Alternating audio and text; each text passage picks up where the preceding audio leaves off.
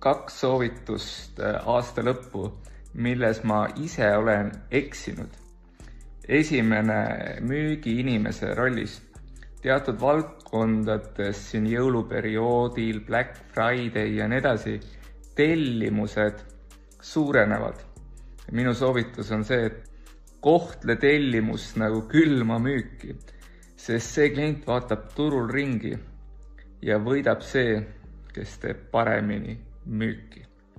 Ja number 2, juhi rollis, et aasta lõpp tuleb, mille antakse eesmärgid. Ära võta neid lihtsalt vastu. Tee tagurpidi arvutus.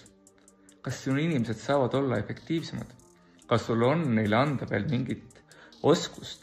Äkki on sul vaja inimesi juurde, ehk et tee tagurpidi arvutus ja ettepanek, mis on vaja, et need täita.